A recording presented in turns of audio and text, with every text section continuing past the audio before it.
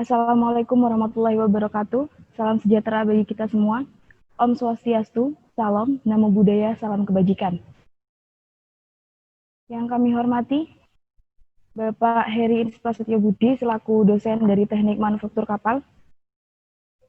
Yang kami hormati, Bapak Norman Denanto, sarjana teknik Magister Teknik selaku pemateri hari ini, serta teman-teman peserta yang sudah menyempatkan untuk ikut di acara webinar hari ini.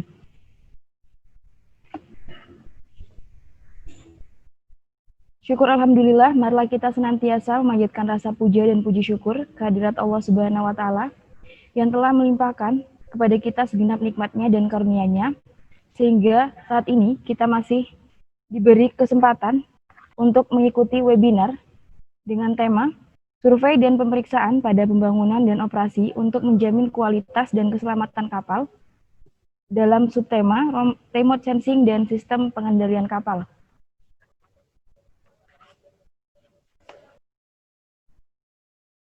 Selanjutnya saya akan membacakan susunan acara dan juga peraturan yang akan diikuti oleh seluruh peserta dalam webinar kali ini. Untuk susunan acara, yang pertama itu pembukaan, yang kedua pembacaan susunan acara dan juga peraturan webinar, yang ketiga sambutan, yang keempat penyampaian materi, yang kelima diskusi, dan yang terakhir penutup. Baiklah, langsung saja kita memasuki acara yang pertama, yaitu pembukaan. Marilah kita buka acara ini dengan mengucap basmalah bersama-sama. Bismillahirrahmanirrahim. Semoga dengan bacaan basmalah tadi, acara ini akan berjalan lancar dan pengetahuan yang kita dapat nanti bisa memberikan manfaat yang besar bagi kita semua. Selanjutnya saya akan membacakan peraturan ataupun rules yang harus diikuti oleh seluruh peserta di webinar kali ini. Yang pertama, peserta diharapkan menjaga ketenangan dan ketertiban selama webinar berlangsung. Yang kedua, peserta tidak diperkenankan untuk menghidupkan kamera dan audio selama webinar berlangsung. Yang ketiga, peserta harus menggunakan bahasa yang baik dan sopan ketika berkomunikasi di webinar ini. Yang keempat, moderator berhak untuk mematikan audio peserta selama penyampaian materi berlangsung. Yang kelima, peserta dilarang berdiskusi atau mengirim promosi atau berbagi link yang tidak berkaitan dengan webinar hari ini. Yang keenam, peserta diperbolehkan mengirim pertanyaan pada sesi diskusi melalui kolom komentar atau chat dengan dua kategori. Yang pertama, untuk pertanyaan yang akan dibacakan oleh moderator dengan format #izin tanya chat diikuti nama, asal, pertanyaan, dan ditujukan untuk pemateri. Yang kedua, pertanyaan yang akan ditanyakan langsung kepada pemateri dengan menghidupkan audio dan video dengan format izin tanya AV diikuti nama, asal, dan pertanyaan. Peraturan yang ketujuh, yaitu pertanyaan akan dipilih oleh moderator dan jumlah pertanyaan tidak akan dibatasi, namun menyesuaikan dengan waktu diskusi. Yang kedelapan, peserta berhak memberikan saran atau sanggahan selama diskusi berlangsung dengan menuliskan interupsi di kolom komentar atau chat. Yang kesembilan, peserta dilarang meninggalkan room selama webinar berlangsung, dikarenakan akan ada pengumuman tambahan di akhir acara. Jadi itu tadi peraturan ataupun rules yang harus diikuti teman-teman peserta webinar hari ini. Langsung saja kita masuki acara selanjutnya, yaitu sambutan yang akan disampaikan oleh Bapak Heri Prasetyo Budi, sarjana teknik Magister Teknik. Kepada Bapak Heri dipersilahkan.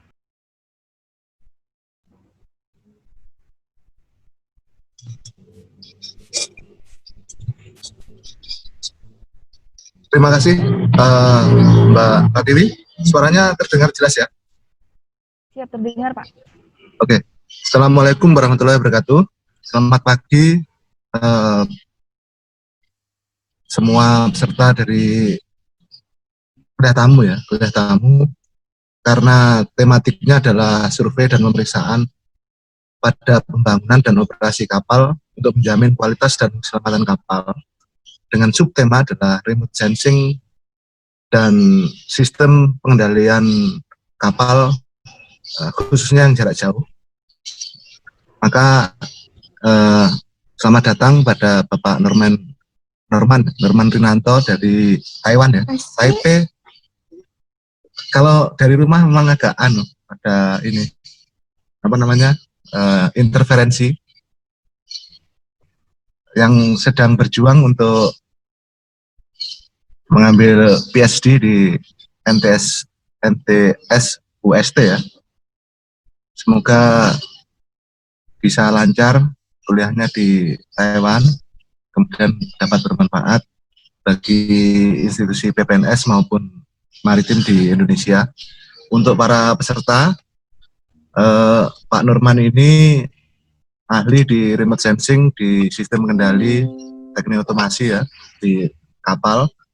Penelitian beliau ini fokus termasuk di apa namanya sistem kendali dalam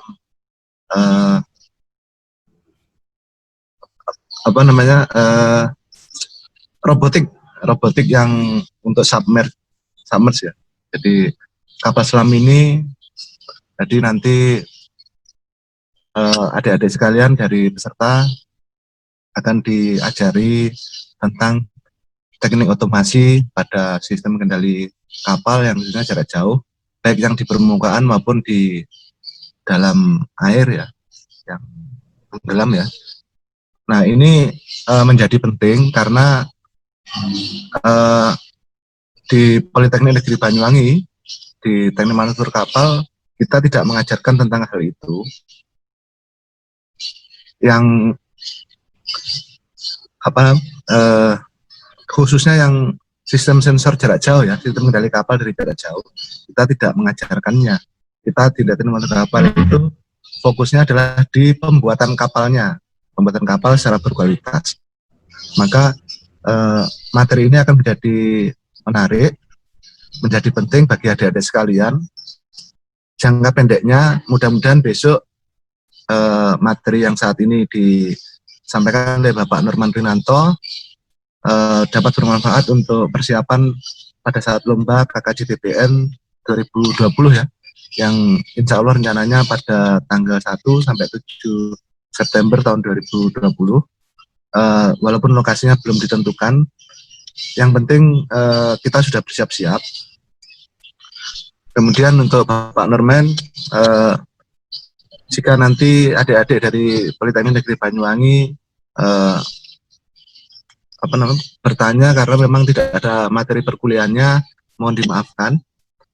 Kami juga tidak bisa memberikan materi-materi yang sifatnya adalah remote sensing, otomasi, kendali kapal jarak jauh, itu tidak memberikan karena memang sebenarnya bukan kompetensi inti dari teknik manufaktur kapal di Politeknik Negeri Banyuwangi. Untuk adik-adik sekalian, selamat menikmati acara kuliah tamu dengan materi yang luar biasa dari Taiwan, Bapak Norman Rinanto. Jika kondisinya sudah memungkinkan dan kemudian ada waktu pulang ke Surabaya, ke Indonesia, mohon mampir ke Banyuwangi, ke Politeknik Negeri Banyuwangi. Terima kasih atas waktunya, Mbak Moderator. Semoga acaranya menjadi lancar. Assalamualaikum warahmatullahi wabarakatuh. Waalaikumsalam warahmatullahi wabarakatuh. Disampaikan terima kasih Pak. Untuk selanjutnya kita akan memasuki penyampaian materi oleh Bapak Norman. Namun sebelum itu saya akan membacakan kurikulum Pak Norman secara singkat. Bapak Norman Rinanto lahir di Surabaya tanggal 14 Oktober 1976, menempuh diploma di Politeknik Elektronika Negeri Surabaya, dan juga bachelor di Institut Teknologi 10 November Surabaya, serta master di Institut Teknologi 10 November Surabaya.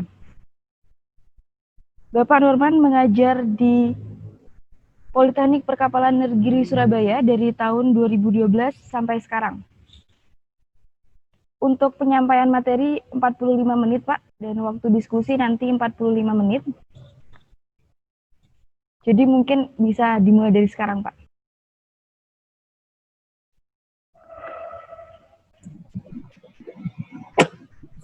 Baik, selamat pagi.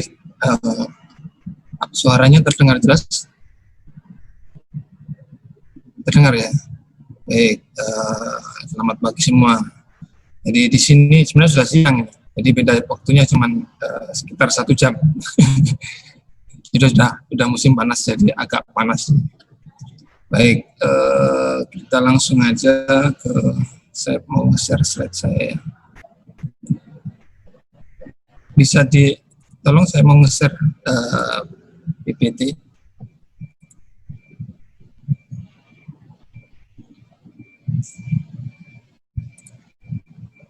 Masih disable nih.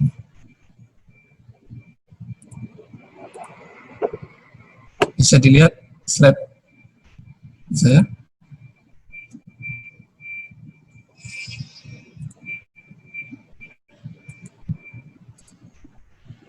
Ini slide-nya masih disable ya.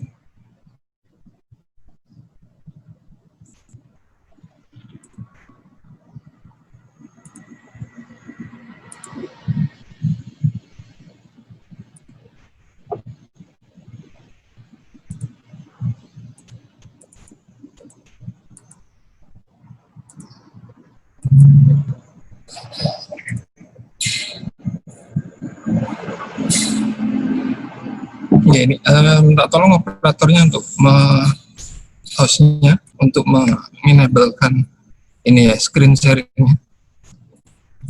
Karena saya masih, makasih. Baik.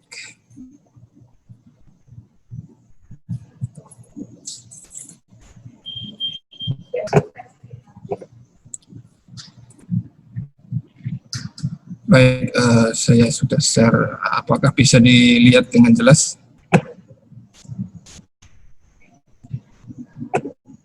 Untuk slide saya belum bisa lihat di sini.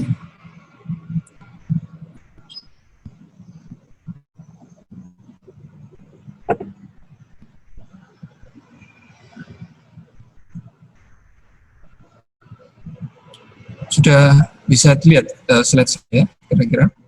Saya bisa lihat dari komen ya.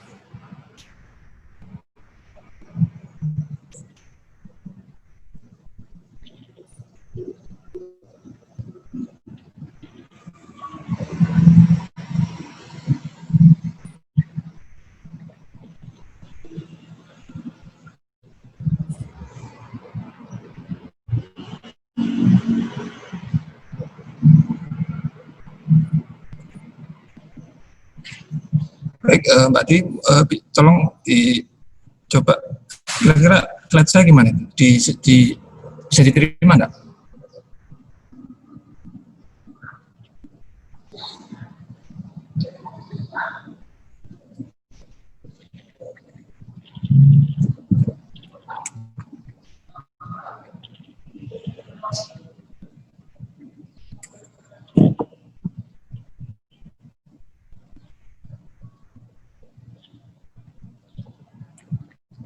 Baik, saya kira paling bisa ya. Kita mulai saja. Baik, kali ini saya akan memberikan sedikit materi berbagi apa yang setelah saya ketahui tentang terutama tentang kontrol di kapal, tapi bukan kapal secara general ya. Kalau kapal secara general itu kompleks sekali. Jadi karena waktunya memang lagi tidak begitu banyak, jadi saya hanya fokus ya ke pengendalian kapal tanpa awak. Jadi yang sekarang lagi banyak yang lagi tren, sini lagi tren. Baik, sebelum ke materi ini, mungkin ada beberapa teman-teman ingin mengetahui latar belakang saya. Walaupun tadi sudah disebutkan begitu dengan Mbak Tiwi ya sebagai moderator. Ini saya lagi menempuh pendidikan di NTUST, National Taiwan University Center of Technology. Kemudian saya ada blog juga, mungkin kalau mau lihat personal web saya. Moto saya itu mulai dari yang paling sederhana. Itu jadi nggak susah-susah banget, cari yang gampang dulu. Itu memang kalau mulai dari yang susah kita akan selalu berat melakukan. Makanya mulailah yang paling sederhana. Kemudian nanti ini kira-kira apa yang saya sampaikan, jadi dari outline slide saya yang akan saya sampaikan yaitu introduction, akan mengetahui secara tidak secara mendalam tapi secara global saja ya, pengertian, kemudian tipe-tipe dari kapal tanpa awak itu sendiri, kemudian basic kontrol dari unmanned ship, kemudian kita akan sedikit membahas tentang sensor, aktuator, kemudian juga controller. Nah ini yang mungkin saya tidak tahu di teknik manufaktur kapal di Poliwangi apakah ada programmingnya, algoritmnya. Ini nanti saya sedikit share tentang sea trial dari unmanned ship control dan juga beberapa prestasi mahasiswa di PPNS yang mungkin jadi inspirasi dari mahasiswa di Poliwangi ya. Baik, untuk pertama pendahuluan ini definisi ya, jadi ini definisi ya, unmanned itu berarti tidak ada awaknya, tidak ada. Jadi bisa dilihat di gambar di sini ya. Sebenarnya kategori kapal kalau menurut kontrolnya itu ada dua macam, yaitu secara yang ada dengan menggunakan awak atau orang, bisa dilihat bahwa input atau masukannya dari radar, sonar, kemudian dengan pengendali adalah awak atau awak dari kapal, kemudian dia memutuskan segala sesuatu navigasi atau lainnya, itu yang memutuskan adalah awak dari kapal tersebut. Kemudian dari unmanned ship atau istilah yang sekarang banyak dibilang itu adalah drone ya, drone laut itu sebenarnya unmanned ship, jadi kapal yang menggunakan tanpa awak. Kemudian di unmanned ship itu sendiri sebenarnya bisa dikategorikan jadi ada dua secara umum, yaitu remote unmanned ship dan autonomous unmanned ship. Sama, jadi dari bagian itu bedanya hanya kalau yang di remote itu pasti masih menggunakan awak, tapi awaknya tidak di kapal tapi di shore ya, di shore. Kemudian dia mengendalikan secara jauh-jauh ya. Kemudian kalau yang autonomous, ini autonomous ini benar sama, tidak kapalnya tanpa menggunakan awak, tapi dia bisa memutuskan sendiri, jadi memutuskan sendiri manuver untuk jalan navigasi dan lain sebagainya, itu dia kendalikan menggunakan komputer. Dan komputer itu sendiri atau controller itu bisa berada di shore atau di onboard atau di dalam kapal itu sendiri. Nah, itu tergantung dari desain kapal yang akan dibuat. Bisa kedua-duanya. Kalau kapal kapal yang didesain adalah kompleks, ya berarti kita butuh beberapa komputer untuk mengendalikannya ya.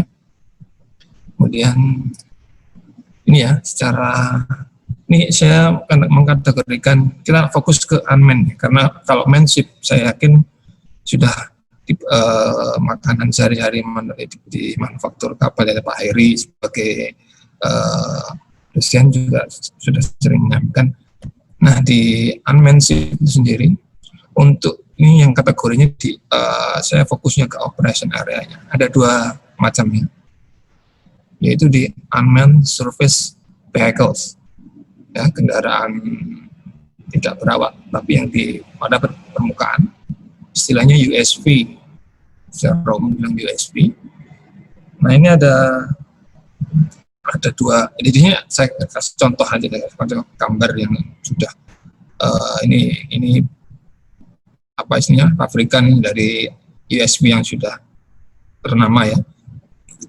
yaitu contoh ini shallow water autonomous surface vehicle. Nah, kalau dia ada istilah autonomous surface vehicle, berarti dia sudah autonomous, artinya sudah bisa berjalan sendiri, walaupun sebenarnya perangkatnya juga bisa di remote, misalnya double control sebenarnya.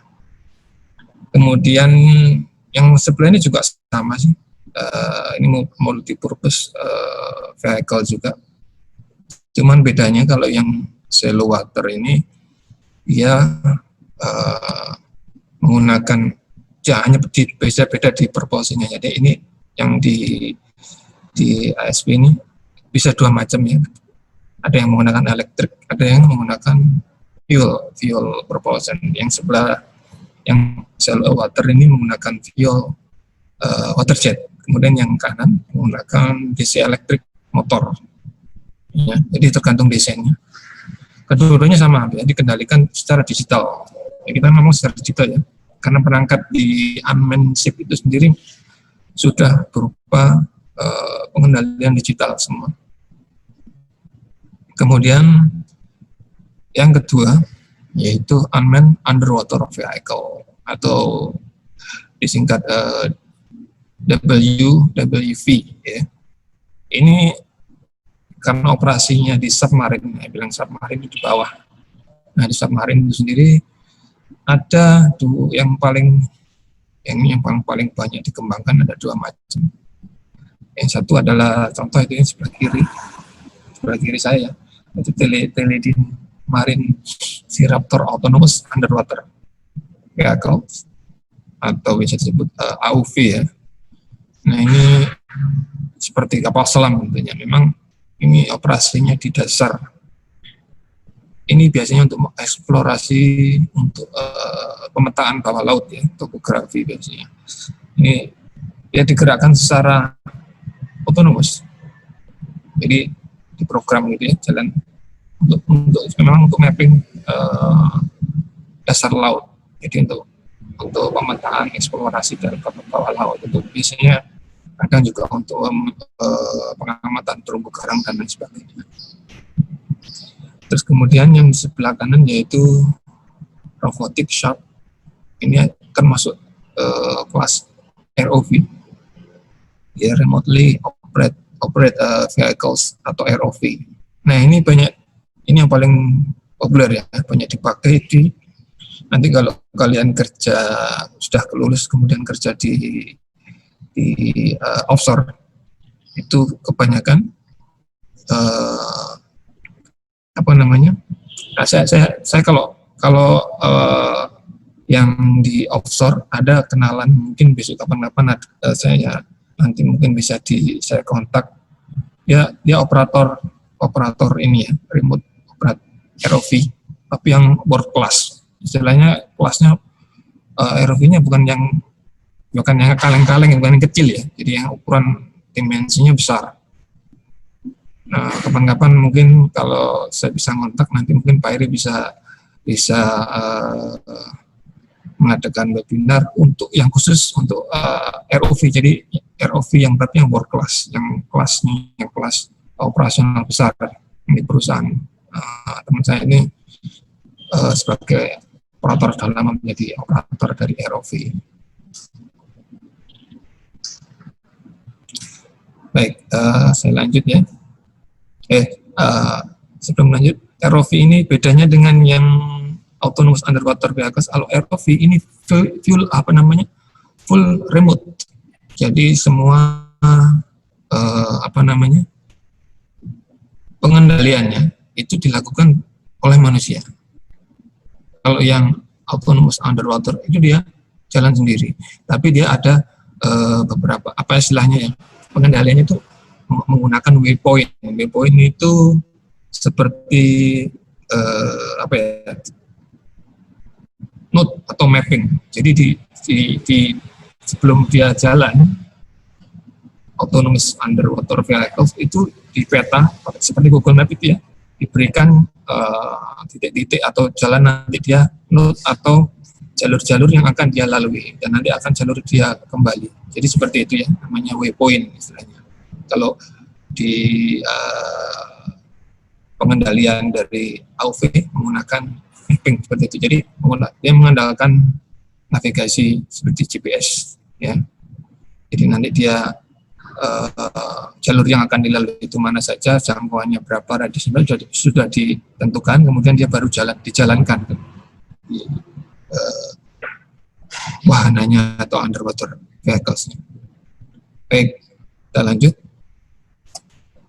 Nah, sebenarnya gimana sih basic dari unmanned ship control? Intinya sebenarnya sama, yaitu ini ada video kayaknya. Iya, yaitu mengendalikan, sebenarnya tujuannya adalah mengendalikan dua ini ya, propeller sama rudder. Sudah itu aja. Jadi kalau propellernya itu untuk yang dikendalikan propellernya adalah speed-nya ya, speed, kemudian arahnya. Ini panduannya seperti itu. Speed jadi kecepatan, kemudian arah. Arah itu maksudnya jalannya yang maju atau mundur begitu ya.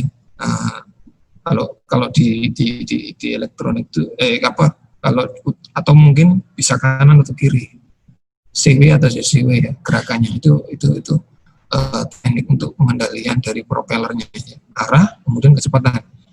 Kemudian kalau yang di rudder itu hanya untuk mengendalikan sudut ya, biasanya untuk maneuvering kapal itu sangat penting ya. Jadi ada beloknya berapa derajat, itu menggunakan rudder. Ini intinya sebenarnya kontrolnya yang kontrol dua ini. Bagaimana cara kapal itu berjalan ya dari dua ini sebenarnya. Nah ini tapi bedanya kalau di unmanned ship itu tidak menggunakan orang tapi menggunakan perangkat digital. Nah ini sedikit ya, mungkin sudah ada di perkuliahan tapi cuma saya review saja. Cuman karena ada berkaitan ya, terutama tentang propeller ini. Jadi ada dua, secara umum sebenarnya yang paling banyak ada dua ini, menggunakan fuel propulsion ya. Jadi langsung ini bisa dilihat di slide itu, dia mesin diesel, karena mesin banyak diesel ya. Dia langsung menggerakkan propeller secara langsung ya. Kemudian yang kedua ya ini electric propulsion, tapi dia tidak menggunakan penggeraknya bukan penggerak berbahan bakar, tapi dia menggunakan motor. Jadi intinya gitu ya, gerakan propeller itu bisa dua macam secara umum, yaitu menggunakan bahan bakar atau menggunakan motor sebagai penggerak. Nah, sekarang juga banyak sudah dikembangkan karena ada kelebihan dan kekurangan, yaitu hybrid. Hybrid itu jadi perpaduan antara diesel sama mesin sama motor ya. Jadi kan satu gitu di kapal.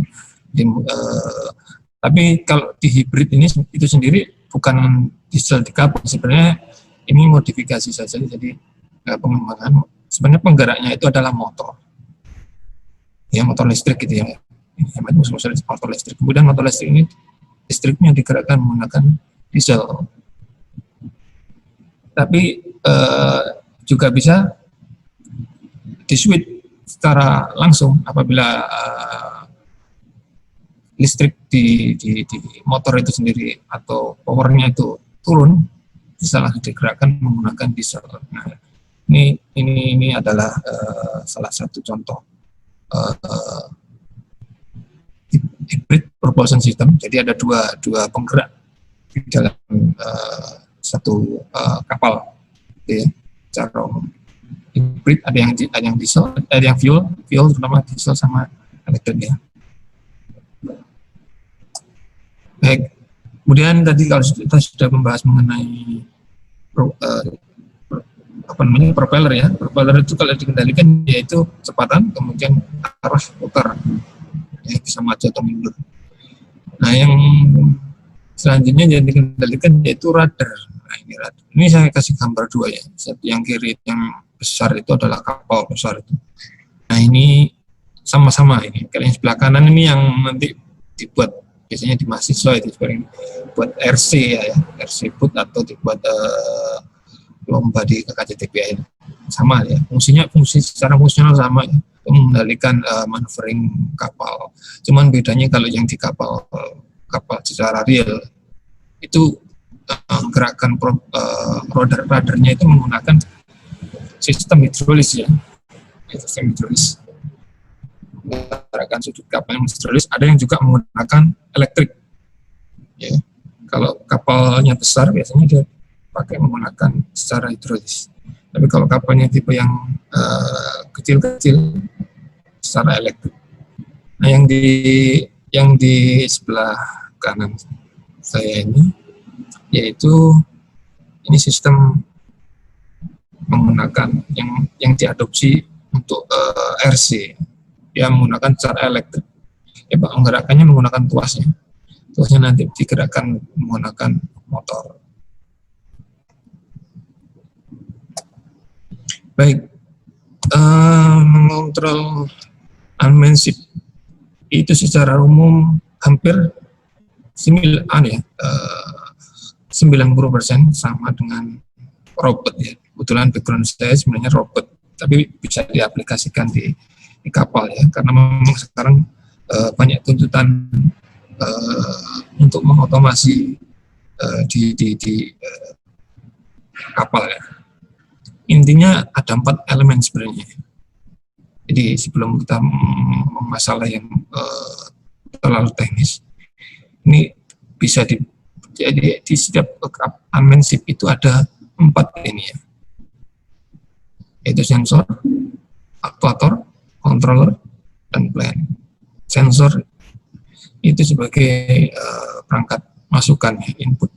Kemudian controller. Nah, ini ada 2 macam kontrol.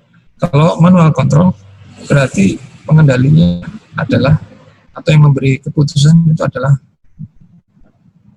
manusia ya.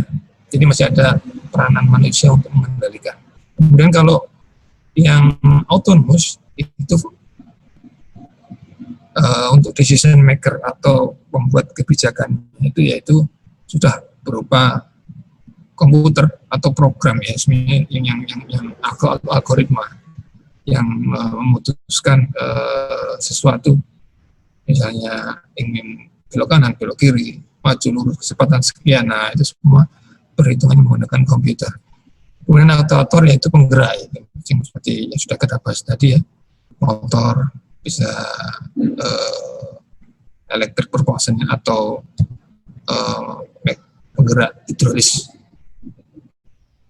Kemudian untuk plan itu sendiri ya, kapal itu sendiri ya, kapal yang akan dikendalikan itu plan sama ya, bisa underwater, bisa surface. Nah, untuk manual control ini, atau istilahnya itu remote, ini yang banyak remote, input atau sensornya sebenarnya kalau dikatakan tidak ada sensornya juga salah juga ya. Tapi kalau kita lihat inputnya adalah, sensornya adalah manusia itu sendiri, yaitu berupa visual atau mata ya. Kenapa mata? Karena yang mengendalikan kapalnya ini, terutama kapal-kapal yang untuk operasional kayak di, kalau misalnya ROV ya, nah, ROV ini termasuk remote ya, pengendaliannya dengan manusia. Bisa lihat dari di ROV itu kan dilengkapi dengan kamera ya, dalam kamera itu. Jadi operator itu melihat di dalam melihat mengendalikannya, masukannya dari keluaran layar kamera. Jadi mengendalikannya. Kemudian bisa juga menggunakan perangkat data yang lain seperti sensor kedalaman, kemudian GPS untuk panduan. Jadi baru kemudian semua informasi dari mulai visual maupun parameter-parameter tadi diolah di otak manusia. Kemudian baru manusia itu yang mengendalikan ya, remote-nya itu sendiri ya, remote. Nah, itu yang mengendalikan manusia. Jadi yang kemudian remote itu sendiri itu adalah sebagai transmitter. Transmitter itu apa istilahnya, pengirim sinyal ya. Sinyal belok kanan belok kiri itu sebenarnya sinyal yang dikirim. Komen atau perintah itu kemudian dikirimkan kalau yang banyak ya, bisa ada dua macam ya komunikasi ini, saya kelupaan.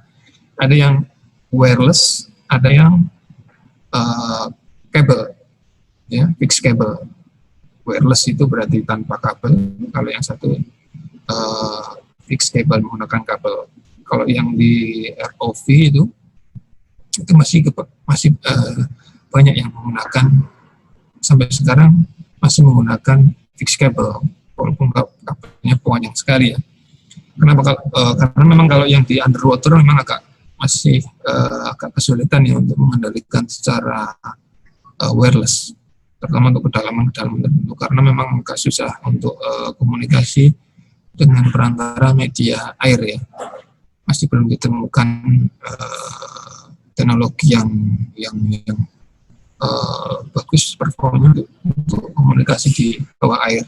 Sedangkan kalau yang di surface itu sudah banyak ya, seperti yang saya contohkan di slide itu, bisa menggunakan wifi ya. Kalau kalian wifi tahunya di ini ya, untuk internet. Ya ini wifi itu sebenarnya gelombang radio ya, masuk gelombang radio tapi dengan frekuensi tertentu ya. Yang sini bisa dipakai adalah 2,4 GHz. Itu sebenarnya gelombang atau sinyal dengan jarak tertentu. Itu dengan jarak atau jangkauan tertentu untuk mengirim dan menerima sinyal. Karena yang paling jauh yaitu menggunakan satelit, ya, satelit communication. Ya, ini jalannya sampai berkilo-kilo ya. Kalau radio itu paling radiusnya berapa kilo gitu ya. Kalau yang satelit bisa sampai puluhan kilo, bahkan ratusan. Nah, intinya sinyal yang dari remote yang dikirim itu kemudian diterima oleh, kalau yang ada di nanti aplikasikan, yaitu menggunakan receiver, yaitu gambar di output itu. Jadi intinya kalau manual hanya ada 3 ya, input, kontrol sama outputnya langsung ya, yaitu pakai receiver. Receiver itu sendiri bisa mengendalikan, tadi saya sudah bilang ya di awal sebelumnya, hanya sebenarnya intinya adalah mengendalikan rudder dan mengendalikan propeller. Nah, itu bisa dilihat di receiver itu sendiri, kontrolnya juga ada 2 macam. Satunya adalah mengendalikan rudder, ya, jadi sudut-sudut ruddernya itu menggunakan motor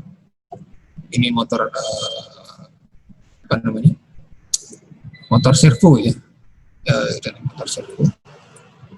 Kemudian ini adalah rudder ya, mengendalikan. Nah, nanti gimana mengendalikan ini, yaitu biasanya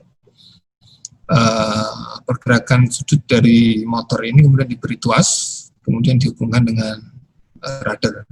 Nah, ini simpel ya, cuman geser sudut aja, kemiringan ya.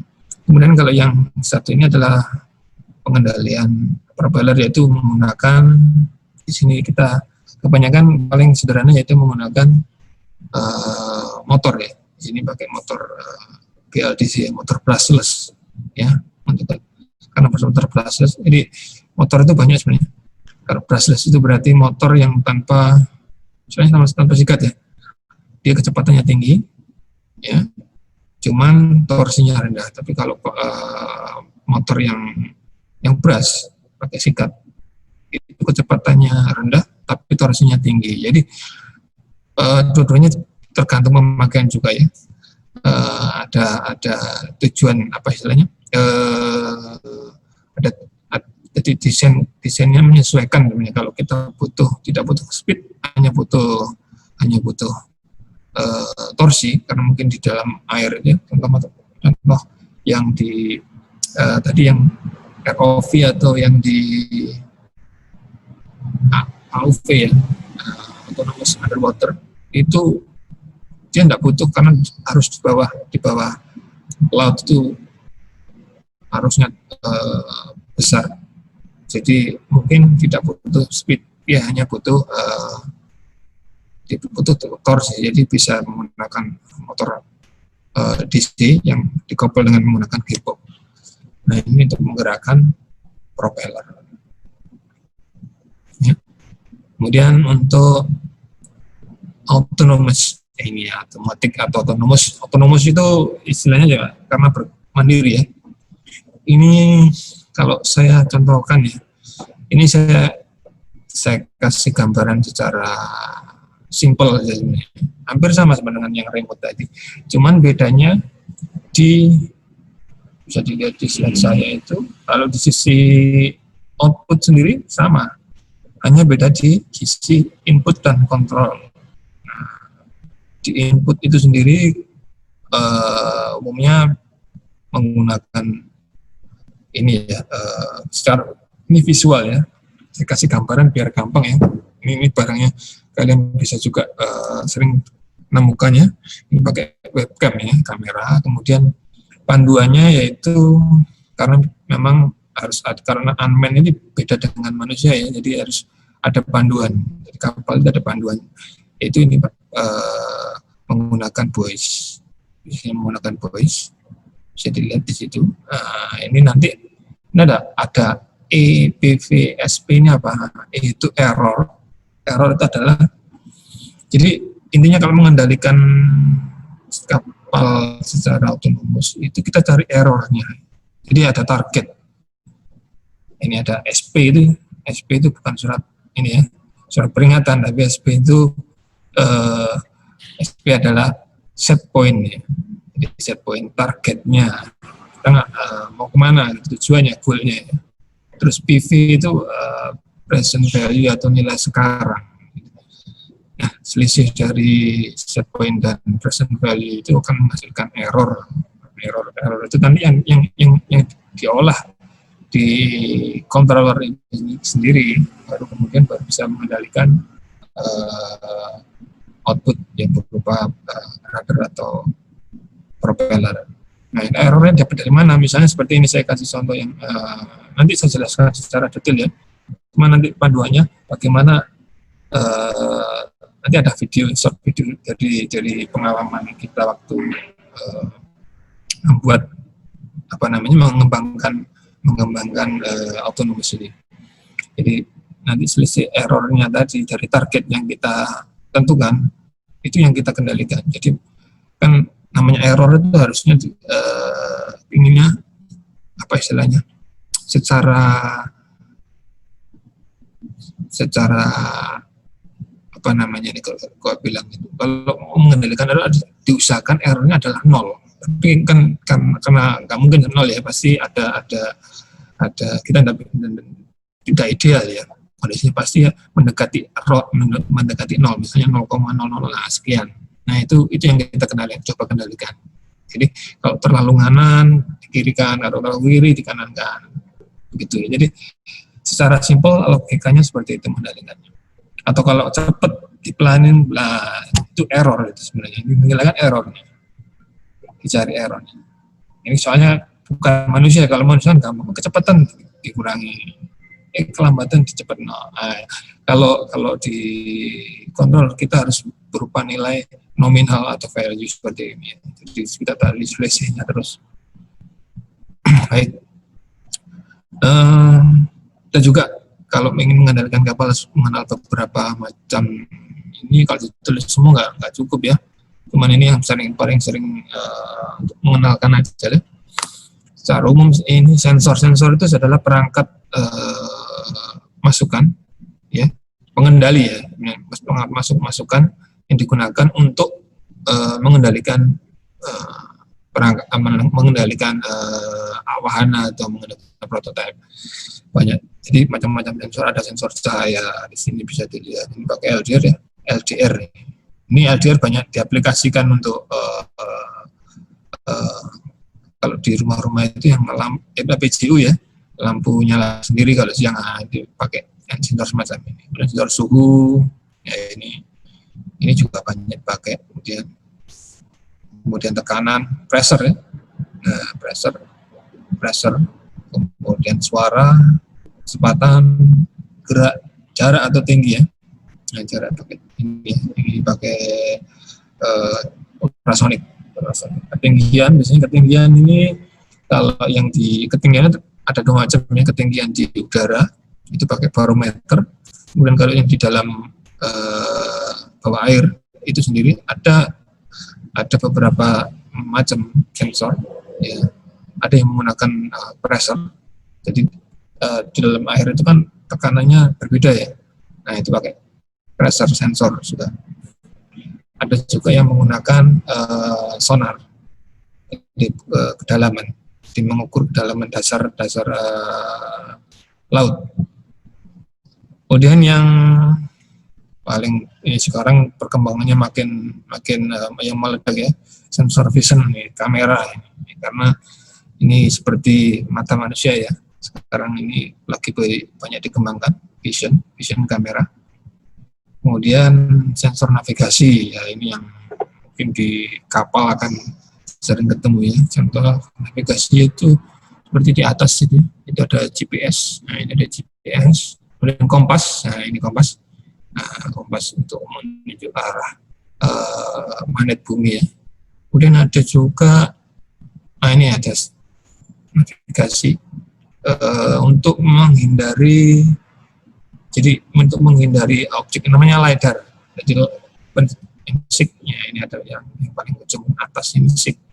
Itu sensor untuk itu menggunakan laser ya. Sebenarnya laser. Jadi laser dipancarkan, kemudian pantulan dari laser itu bisa mengenali objek sehingga objeknya itu bisa dihindari ya gitu ya.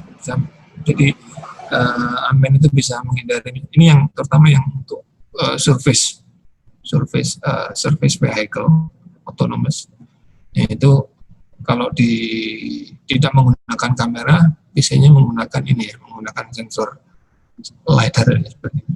Ini bisa LiDAR sekarang sudah berkembang, ada yang dua dimensi, ada yang 3 dimensi. Nah, itu banyak. Di selain di autonomous ship juga banyak berkembang di autonomous car ya, kan banyak gunakan seperti ini. Baik, selanjutnya yaitu controller. Nah, ini controller kalian ini walaupun tidak ada di perkuliahan, kalian harus wajib tahu. Yaitu ada 4. Kalau saya simpulkan ada 4, yaitu microcontroller, yaitu controller yang berupa prosesor yang kecepatan rendah. Ya. Contoh di sini seperti yang paling umum kalian pasti udah temukan ya, dan murah harganya. Arduino. Nah ini paling simpel. Nanti kalau mau main yang berupa digital itu belajarnya biasanya mahasiswa dari ini, basic ini dari Arduino ini. Kemudian agak naik sedikit bedanya adalah kalau Arduino ini langsung programnya tidak menggunakan operating system, tapi langsung ke program, bahasa pemrogramannya langsung dimasukkan di dalam controllernya itu yang mengendalikan. Nah kalau yang mini PC ini ada seperti contoh sebelah yang warna hijau ini adalah Raspberry Pi. Kalau ini tentunya sama dengan microcontroller, cuman kalau di mini PC dia harus ada operating systemnya. Operating system itu ya kayak Windows atau Linux. Di sini biasanya Raspberry menggunakan Linux. Dia ada bedanya dengan controller, dia kecepatannya lebih tinggi, kemudian ada perangkat untuk menyimpan datanya, operating systemnya, yaitu menggunakan SD card. Kemudian PLC. Nah, PLC ini kalau di kapal yang kecil-kecil itu jarang pakai karena perangkat PLC yang besar. Tapi kalau di kapal autonomous vessel, nanti kalian mungkin bisa di browsing nanti kan, autonomous vessel ada itu. Pengendalinya adalah PLC, ya, pengendalinya PLC. Jadi dia perangkat industri yang mengendalikan. Sebenarnya isinya adalah modul microcontroller juga, tapi sudah di embedded atau dijadikan satu paket menggunakan relay. Jadi di sini di dalam PLC itu sendiri, PLC itu sebenarnya jadi programmable logic controller. Jadi menggunakan relay ya, jadi on off gitu ya di dalamnya. Jadi tinggal program saja sebenarnya. Kemudian yang paling kompleks yaitu menggunakan komputer. Ini bisa di atas kapal ataupun di stasiun atau di offshore ya, menggunakan komputer. Nah, aktuator secara umum aktuator ya bisa dikategorikan menjadi 3. Ada yang berupa motor listrik ya, kemudian valve atau pneumatik atau hidrolik. Ini yang output ya. Jadi setelah dari sensor tadi, data informasi yang masuk tadi itu diolah di controller. Kemudian controller mengendalikan aktuator. Ini apa yang dikendalikan? Dikendalikan mayoritas adalah 3 ini, motor, valve atau hidrolis, kemudian relay. Ini yang paling banyak dipakai, baik di industri juga seperti ini. 3 ini yang banyak ditemukan. Tapi paling banyak yang dikendalikan adalah motor ya, 70% dikendalikan adalah motor. Kemudian ini yang mungkin di teknik manufaktur kapal yang belum, ini memang agak berat ya, tapi mau nggak mau harus sedikit ya apa istilahnya perkenalan dengan algoritma. Algoritma ini adalah cara untuk mengendalikan dari kapal. Jadi contoh algoritma yang saya kenalkan di sini yaitu yang paling konvensional atau yang paling tua, paling lama, yaitu algoritma PID. Kemudian yang kontrol secara modern, nah ini agak kompleks. Ada yang disebut fuzzy, yang cukup saya kenalkan saja, nanti tambah pusing ya, fuzzy, neural network, kontrol optimasi, dan hybrid. Nah ini yang paling banyak, ini modern karena kenapa kok modern? Ini bedanya sebenarnya hanya di kompleksitas dari pengendalian aja ya. Inputnya lebih dari 1. Kalau yang PID itu bisa 1 ya, inputnya hanya 1, maksudnya satu masukan sensor saja bisa dikendalikan menggunakan PID. Tapi kalau yang modern itu lebih dari 1 masukan, jadi multi input, multi output. Nah ini contoh aja cara mengendalikan PID ini, karena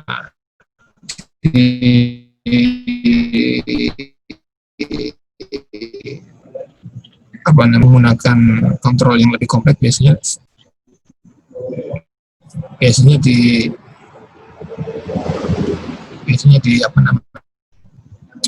digunakan PID dulu ya, karena ini ada PID itu namanya proportional, integral, dan derivatif. Ini proporsional, ini rumusnya, itu KP kita pada set point, kemudian KI ada konstantanya, KI integral. Kalau dulu kalian mengenal matematika teknik ya, integral, nah ada derivatif ada turunan. Ini paling gampang seperti ini. Set point yang bisa dilihat di gambar diagram itu sendiri, ada set point. Nah set point itu karena tukul tadi ya, kemudian nah ini tadi yang saya bilang, mengendalikan errornya yang dikendalikan ini dihitung menggunakan persamaan ini ya, ada P, ada I, ada D. Ini sebenarnya error yang dikendalikan. Kemudian error tadi diproses, kemudian besarnya error tadi dibandingkan dengan set point, nah itu keluar terus, begitu seterusnya. Nah, jadi intinya sebenarnya mengendalikan errornya, mengusahakan agar error itu mendekati 0. Nah ini setelah tadi pengenalan tentang kontrol dan PID, nah ini pengembangan yang selanjutnya terutama untuk autonomous service vehicle, yaitu adalah image processing. Ini mungkin ya memang nggak diajarkan di manufaktur, teman-teman harus mau nggak mau harus ada yang mempelajari ya, karena ini tidak hanya karena semua sekarang serba visual, serba kamera, pengembangannya harus tahu. Biasanya menggunakan desktop aplikasi, Contoh misalnya menggunakan Visual Studio atau Python yang sekarang paling populer ini. Kemudian ada library. Library itu adalah tambahan tambahan plugin atau tambahan dari perangkat agar bisa mendeteksi atau memproses gambar atau video. Ya, itu menggunakan OpenCV library. Ini semua open source ya, gratis. Kemudian AI ini adalah kalau OpenCV mengkhususkan diri untuk pengenalan dari video atau gambar. Kalau AI adalah untuk decision maker yang saya tadi ya sebagai pengganti otaknya, artificial intelligence. Itu juga ada AI library, ada kalau yang sekarang lagi tren itu dikembangkan oleh Google yaitu TensorFlow atau jadi sebenarnya kita tidak perlu program sendiri sebenarnya sekarang ya. Jangan. Jadi kita hanya perlu masukkan data bisa dilihat nanti ya. Saya cari informasi ya di Google Colabs, namanya Google Colabs. Nah itu kalau kita punya beberapa training data, kita masukkan ke Google Lab. Nah Google itu bisa memberikan saran, ini outputnya. Nah itu seperti itu intinya. Jadi datanya ditrainingkan di komputernya Google nanti memberikan output berupa output yang kita inginkan. Jadi kalau kita nggak punya komputer yang super canggih atau super cepat, bisa titipkan datanya aja. Kita hanya ngambil datanya di-training di komputer Google, kemudian hasilnya bisa kita ambil. Itu intinya seperti itu ya. Saya kasih cuplikan sedikit. Ini kreasi mahasiswa saya ya. Nah ini menggunakan kamera double stereo vision ya. Nah ini saya stop dulu ya. Ini intinya adalah seperti ini. Ini simulasinya bola 2 itu adalah sebagai voice ya. Bola yang biru sama yang merah. Intinya adalah bagaimana mengendalikan. Nah ini secara simpel sebenarnya logikanya gampang. Kita ambil warnanya, karena ini kan background-nya warnanya adalah putih. Kemudian ini adalah biru dan merah ya. Kita ambil aja, jadi artinya ini ada image processing, kita ambil nilai warna biru dan nilai warna merah. Nah kita ambil, setelah kita dapatkan warna biru dan merah, kemudian kita ambil posisinya, jadi titiknya, dan kemudian kita cari jarak keduanya, dan kita ambil titik tengahnya. Nah ini memilih ini tampilan dari ini kita kembangkan tahun 2014 dulu ya. Sudah ke sini ya. Bentar. Nah, ini pemilihan kamera.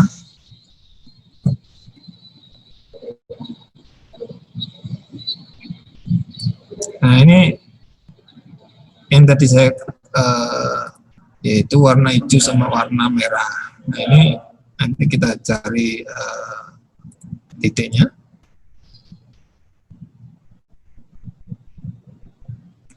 Terlebih dahulu sebelum kita gunakan, kita harus kalibrasi ya karena menggunakan kamera ini. Nah, kita tentukan warnanya, ya warna merah dengan mengklik di layar, Nah kita dapatkan fitur atau objek yang kita ingin tentukan. Ini kita buat seolah-olah kemudian dari dua objek itu tadi kita gabungkan jadi satu. Kemudian putih di tengah itu adalah seolah-olah kita, jadi bisa dilihat. Jadi mengendalikannya seperti ini. Itu kedua objek tersebut dijadikan guide atau panduan.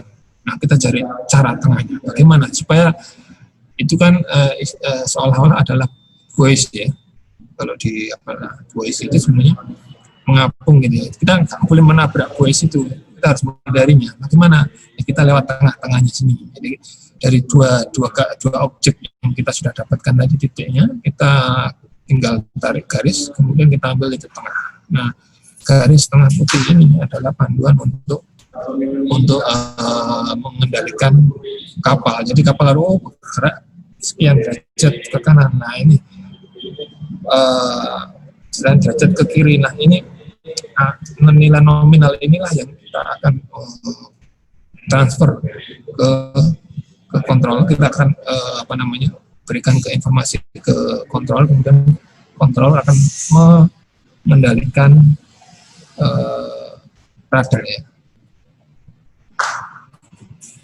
Nah ini yang yang pertama kali kita kembangkan sampai yang sekarang yang 2000 tahun, ingat saya tahun 2014 dan masih dipakai sampai sekarang. Caranya seperti itu ya. Jadi kalau misalnya digerakkan kanan kiri, saya sebutkan aja ini. Nah kalau digerakkan seperti itu ya, yang mengikuti otomatis. Nah, dia akan mengikuti. Jadi simulasinya seperti itu. Nah, ya, jadi tinggal mau kemana kanan kirinya. Baik, selanjutnya, oh ya ini si trial. Nah, kalau sudah kita bisa mengendalikan atau bisa menemukan logika pengendalinya, baru kita gabungkan integrasi semua jadi satu, baik dari sensor, aktuator, kemudian controllernya. Kita coba si trial ini, ada si trial dari beberapa tahun yang lalu ini, yang masih saya simpan videonya ya. Ini bisa dilihat, ini dari waktu siang.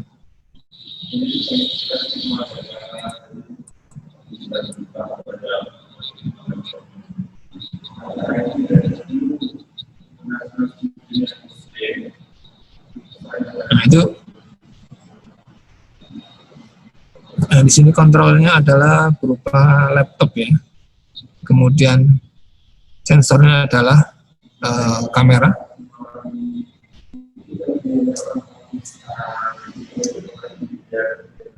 Itu untuk menguji kehandalan sistem ini, walaupun kalau di lomba itu kan umumnya di siang ya, yang atau sore, itu biasanya kita juga karena kamera itu kelemahannya di cahaya ya, jadi kita menguji sensitivitas dari kamera maupun kehandalannya atau robustness-nya kita juga try di malam ya. Malam hari ini kita coba, jadi selain kita juga menggunakan sensor kamera, juga ada panduan berupa kompas dan GPS. Jadi kombinasi ya. Sorry.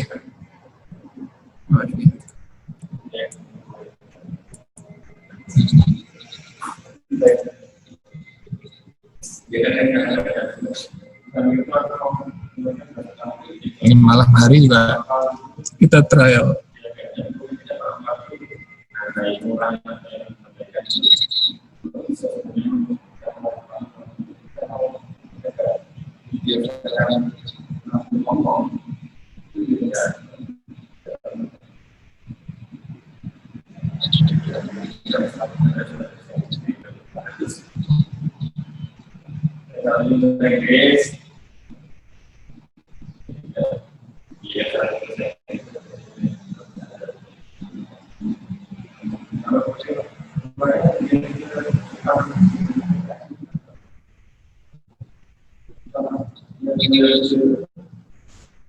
Baik, kemudian ini ya, saya sebelum kuliah di sini dulu dari mulai memang di PPNS mulai 2011 awal itu masuk sudah ini ya, membina UKM ini ya, UKM yang saya bina ya. Ini 3, satunya penalaran ya, ini MRC dan PSC ya, karena berhubungan dengan kapal. Satunya berhubung ke robotiknya, saat ini berupa ke perkapalannya sendiri, ya, watercraft-nya Ya, UMRC itu lahirnya 2011, kemudian karo BSC lahirnya 2007. Lebih lama sebenarnya, sebelum saya masuk ini. Ini waktu pada saat saya masuk, saya bentuk yang UKM MRC. Kemudian yang BSC ini sudah ada, tapi tidak apa ya, tidak terkoordinir dengan baik. Kemudian saya kumpulkan jadi satu. Ini video ini tentang UKM MRC. Mungkin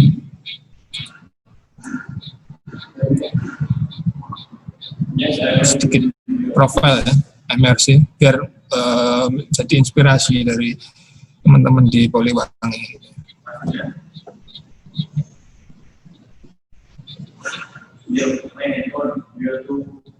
Nah, kita fokus ada 3 divisi ya di sini. Ada darat, ini divisi daratnya. Divisi darat, ada divisi udara, sama yang laut atau air ya.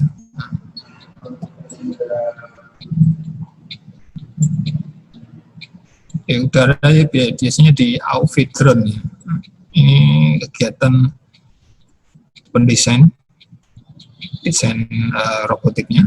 Jadi sebelum membuat mekanik kita harus juga desain. Ini biasanya anak-anak desain ya, dan mekanik pembuatan mekanik. Ini bukan di lab ya, ini di workshop kita sendiri ya. UKM sudah punya workshop sendiri. Jadi kita punya tempat, tidak bergantung di lab. Dan programming.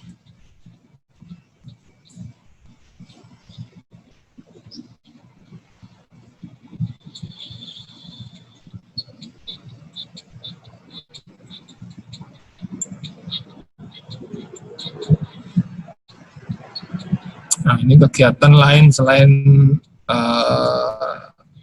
robot ya, yang misalnya kegiatan sosial-sosial, ya. Kadang-kadang juga perlu juga ini, karena biar bermanfaat buat masyarakat ya. Ini penting, pengenalan robot ke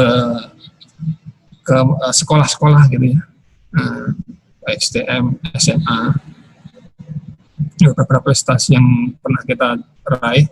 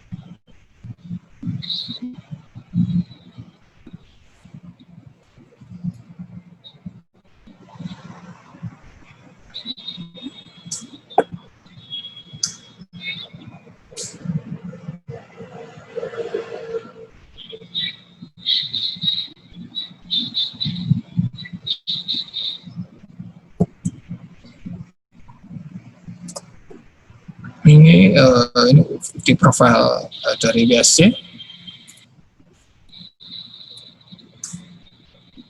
Ini mengkhususkan diri untuk kapal ya. Tapi yang elektrik dan juga fuel engine.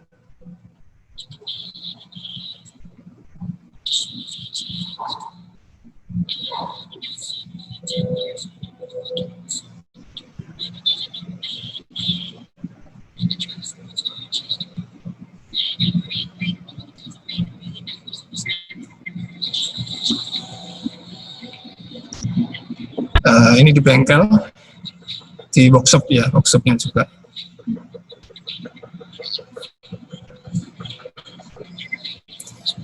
Ada 2 divisi yang di sini biasanya engine dengan elektrik. Nah, ini pembuatan.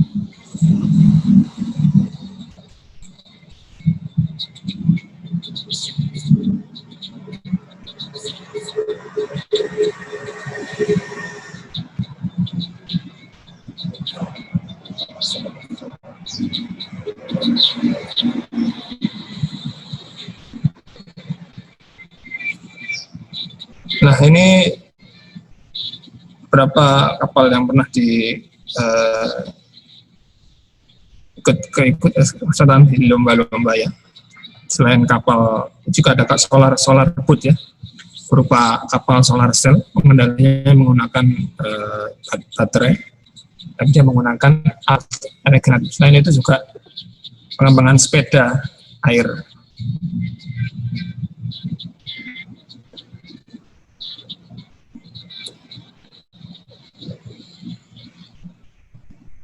Sepeda air ini full mekanik, ini biasanya UKM BSC yang mewakili.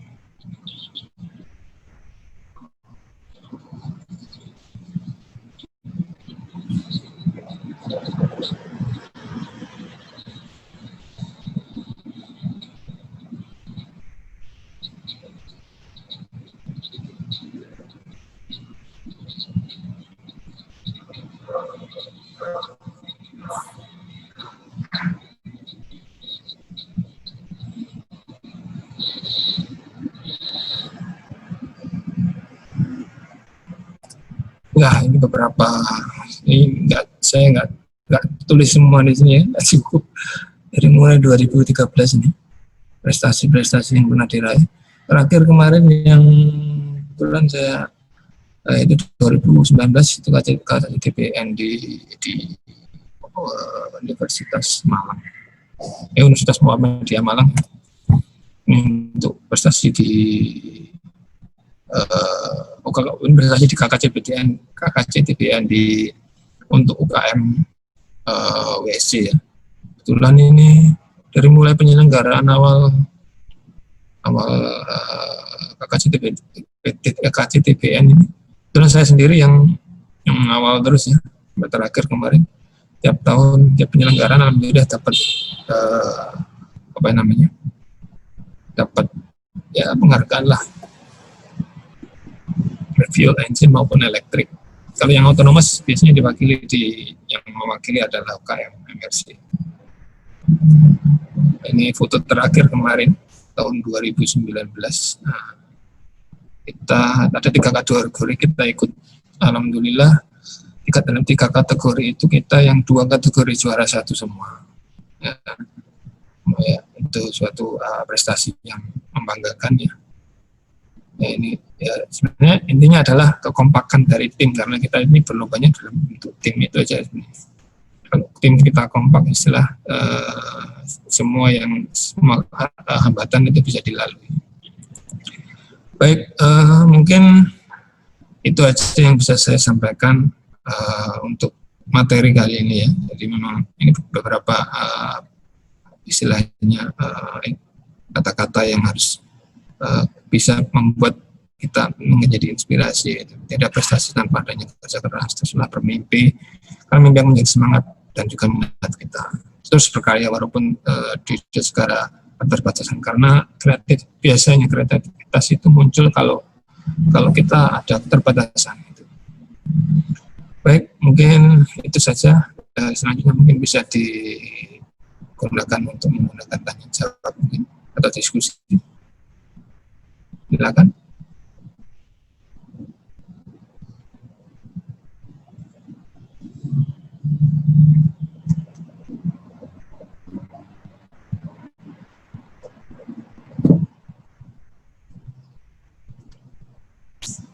Ya.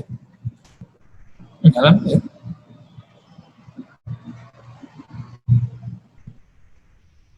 Oh iya, sebentar ya.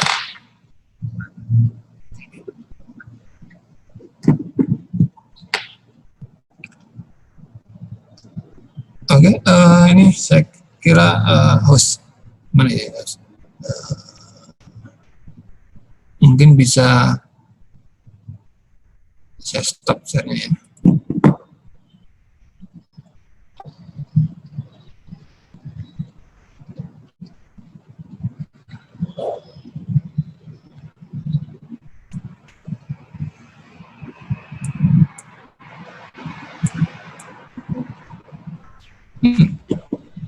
Baik, disampaikan terima kasih kepada Pak Norman. Memasuki acara selanjutnya yaitu diskusi. Untuk teman-teman yang ingin mengajukan pertanyaan bisa melalui kolom chat. Dan ketentuan untuk pengajuan pertanyaan sudah ada di kolom chat juga dan akan saya bacakan kembali. Untuk yang pertama, pertanyaan yang akan dibacakan oleh moderator dengan format pertanyaan. ST izin selanjutnya diikuti nama, asal, pertanyaan. Untuk yang kedua, itu adalah pertanyaan yang akan ditanyakan langsung kepada pemateri dengan menghidupkan audio dan video dengan format izin tanya, AV, diikuti nama, asal, dan pertanyaan. Apabila kurang jelas, teman-teman bisa lihat langsung di kolom chat, itu sudah ada.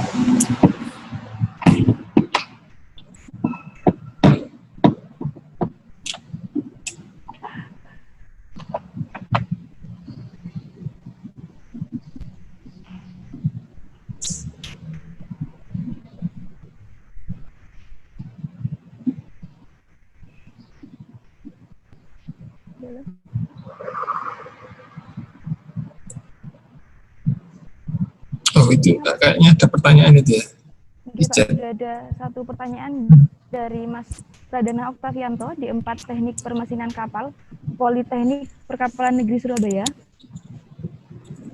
Salam sehat. Pada kapal perang Indonesia pastinya banyak perlengkapan khusus, contohnya persenjataan. Menurut Bapak, apakah bisa di masa mendatang kapal perang di Indonesia juga dapat menggunakan sistem tanpa awak atau untuk melakukan penjagaan batas-batas pulau terluar Indonesia? Itu pertanyaan dari Pradana, Pak. Mungkin bisa langsung dijawab. Ya, langsung dijawab aja ya. Oke, silakan Pak. Jelas mungkin ya ini. Jadi memang arah perkembangan kita kapal tanpa awak ini misinya sebenarnya dalam untuk mengurangi interaksi langsung ya manusia. Jadi penggunaan persenjataan tanpa awak. Kalau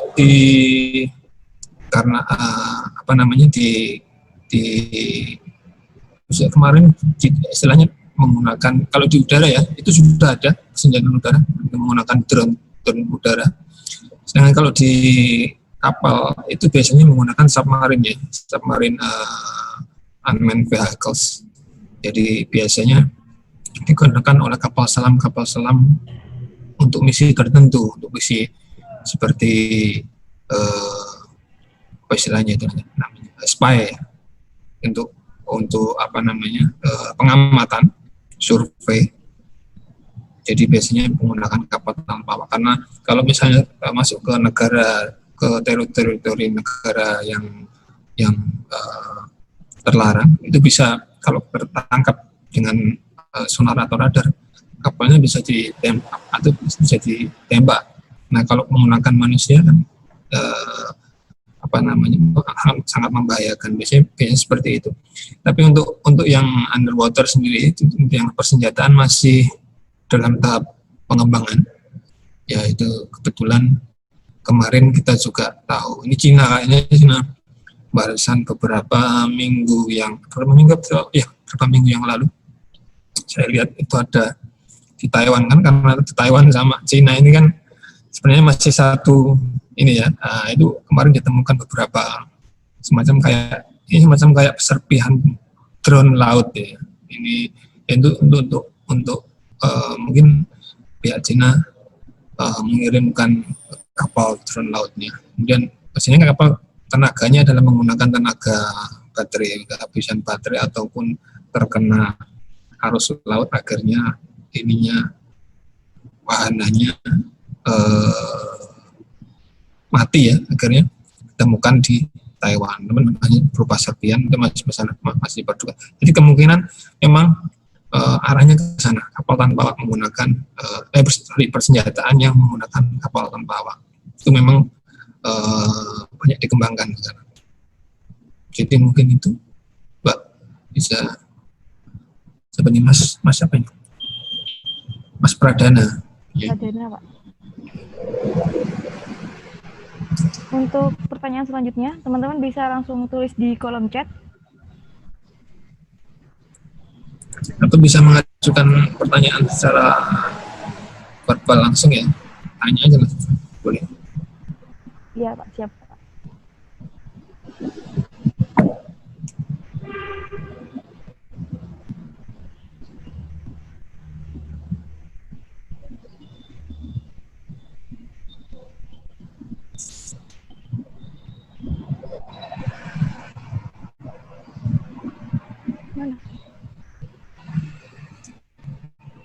Nggak ada.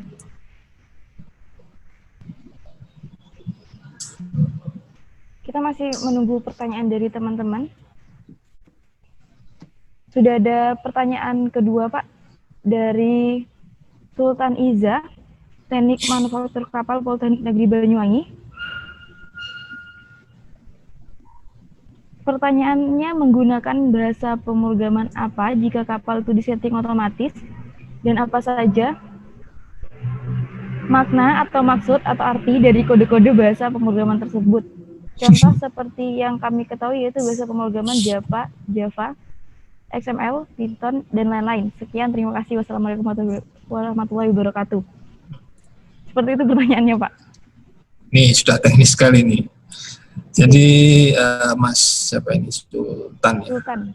Mas Sultan. Bahasa pemrograman itu sebenarnya tidak bisa kita tentukan ya sebenarnya. Itu apa namanya? Hanya sebuah tool gitu aja. Jadi apa yang kalian pelajari sebenarnya, apa yang kalian bisa sebenarnya semua bahasa pemrograman bisa digunakan ya. Tinggal bagaimana kita cara menggunakannya. Bisa menggunakan, kalau secara umum bahasa pemrograman itu ada tiga macam. Satunya itu web based, ya, berbasis web. Itu yang tadi disampaikan tadi ya, berbasis web, yaitu bisa menggunakan HTML atau XML, web browser misalnya. Jadi mengendalikan kapalnya menggunakan browser. Browser itu seperti apa istilahnya, web ya, seperti Chrome atau Google Opera. Itu mengendalikan kapal bisa menggunakan IP-cam bisa lewat browser ya. Kemudian yang kedua yaitu menggunakan desktop aplikasi yaitu Python dan Visual Studio atau Java itu juga ada yang desktop. Kemudian satu lagi adalah pengendalian secara menggunakan bahasa mesin. Ya, bahasa mesin seperti assembly. Tapi itu jarang dikembangkan karena agak susah ya, ini untuk kodenya. Yang kedua maksud dari kode-kode ya. Nah, kode-kode itu sendiri sebenarnya urutan-urutan dari program atau instruksi ya. Jadi kalau dianalogikan seperti ini, program itu seperti orang merentah gitu ya, memberi perintah. Misalnya gini, di depan ada karang, sebelah kanan, misalnya seperti itu ya analoginya, sebelah kanan. Jadi tahu informasinya dulu, informasi yang masuk sebelah kanan. Dengan posisi sekian derajat itu ada karang. Gimana caranya? Berarti kita harus ngapain ya? Sekian derajat kita harus ke kiri. Nah, komen ke sekian derajat ke kiri itu yang ditulis di program sebenarnya. Jadi hasil masukan input yang berupa visual tadi atau parameter masukan. Nah, itu sebenarnya program itu, bahasa-bahasa itu adalah sebenarnya gabungan dari instruksi-instruksi untuk memberikan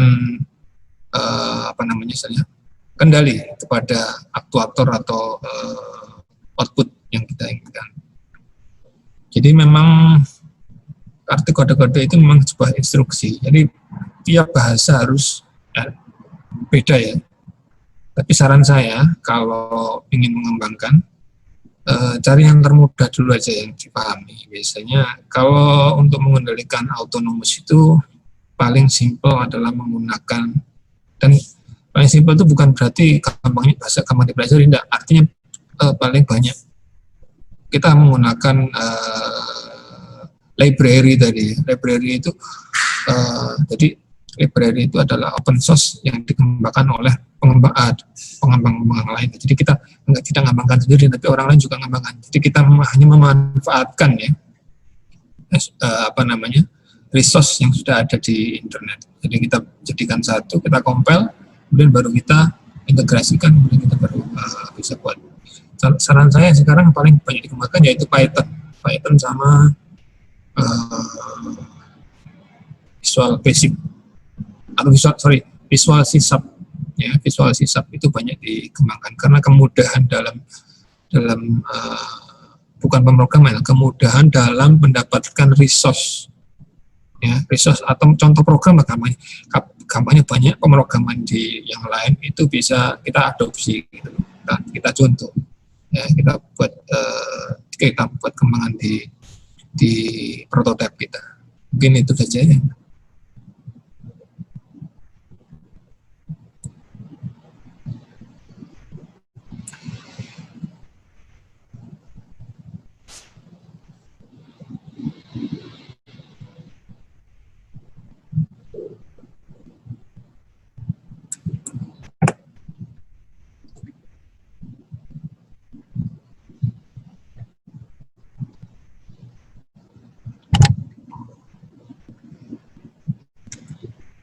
Oh ya, ini ada pertanyaan lagi.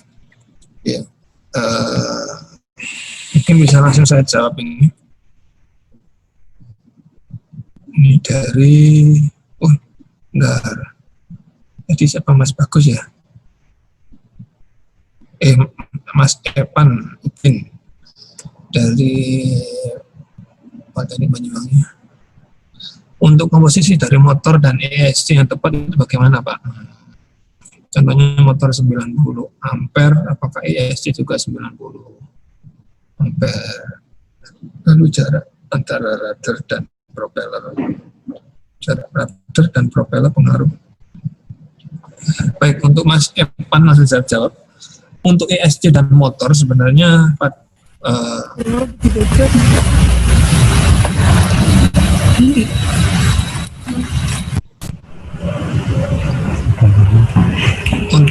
untuk Mas Evan ini ya, saya jawab ya. Untuk motor dan ESC komposisinya yaitu tadi Mas Evan contohkan misalnya motornya 90 ampere, kemudian ESC 90. Jadi kalau bisa misalnya motornya 90 ampere, ESC itu harusnya lebih besar karena ESC itu kontrolernya sebisa mungkin kita usahakan adalah yang lebih besar. Misalnya yang kalau kita menggunakan 90 ampere, ESC-nya kita pakai 120. Jadi karena biasanya yang ESC itu kerjanya lebih banyak. Jadi dia lebih mudah panas. Kita lebih safety. Sebenarnya 90 juga oke, cuman karena kadang-kadang ada namanya electric discharge, itu kadang-kadang ada pengaruh panas. Jadi kalau kita mendesain kapal kemudian kita nggak tahu kondisi environment-nya, ternyata di luar adalah panas, ESC-nya ikut panas. Jadi 90 tadi harusnya cukup, tapi karena kondisi di lingkungan itu panas, ini jadi mudah performanya jadi turun. Jadi saran saya jika motornya 90, ESC lebih dari 90, bisa pakai yang 120 atau 180. Tapi jangan sampai dua kalinya lah. Kalau dua kalinya nanti performanya juga motornya jalannya jadi tidak maksimal. Kemudian lalu pertanyaan kedua yaitu jarak antara rudder dan propeller. Oh iya, jarak antara rudder dan propeller ini jelas pengaruh ya. Tidak hanya jarak sebenarnya, sudut. Jadi sudut penempatan propeller dan ruddernya ini juga harus diperhitungkan. Biar juga pertama sebenarnya sebelum menempatkan itu juga dilihat juga beban di kapal yang kita desain itu sendiri harus kita hitung, baru kemudian kita menentukan letak dari penempatan rudder maupun propeller itu sendiri. Terus jumlah propeller yang kita gunakan, tipe propeller yang kita gunakan itu juga kita tentukan dari beban. Jadi pertama memang dari desain itu beban yang akan di desain itu harus diketahui dahulu. Lalu kemudian kita baru mendesain masalah perangkat rudder dan lain sebagainya. Ini yang Evan itu. Ada lagi ya? Iya, ada dari pertanyaan selanjutnya dari Bagus Fahmi, Pak. Teknik manufaktur kapal.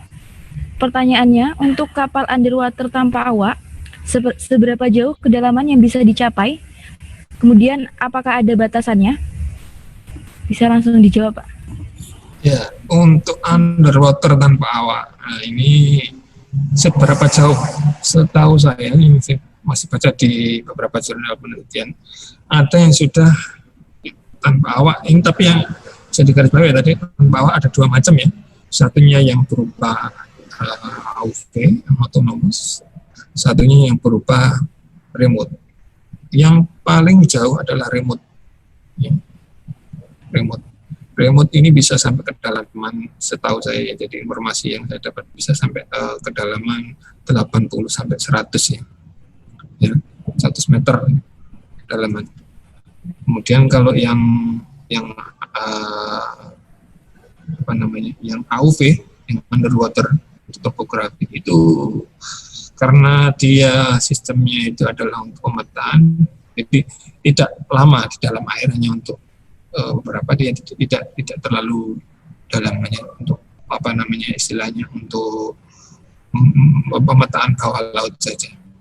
Jadi keterbatasannya, kalau yang remote tadi keterbatasannya adalah ini ya, karena dia pakai kabel, jadi harus karena tadi sudah saya sampaikan di awal ya, kendala komunikasi di bawah air itu yang sampai sekarang masih menjadi tanah misteri ya. Jadi karena komunikasi bawah air, mungkin ini open ya, kalau kalian mau lanjut ke tingkat yang lebih, jenjang pendidikannya lebih dua, komunikasi bawah laut ini open sekali ya, untuk prospek ke depannya, karena banyak sekarang yang mengembangkan komunikasi bawah air, karena mengendalikannya sekarang masih paling jauh jangkauan adalah menggunakan kabel. Dengan bentuk yang autonomous underwater itu kesulitannya di situ tadi. Cara mengakalinya biasanya kalau menggunakan itu istilahnya wireless tanpa kabel, yaitu menggunakan buoys. Jadi di atas laut itu ada buoys, tapi dia mentransmisikan data berapa kilo ke bawah gitu ya. Nanti di bawahnya ada wahana yang terus mendeteksi atau berkomunikasi dengan voice itu tadi. Caranya seperti itu. Baik, menurut saya itu. Ada lagi ya?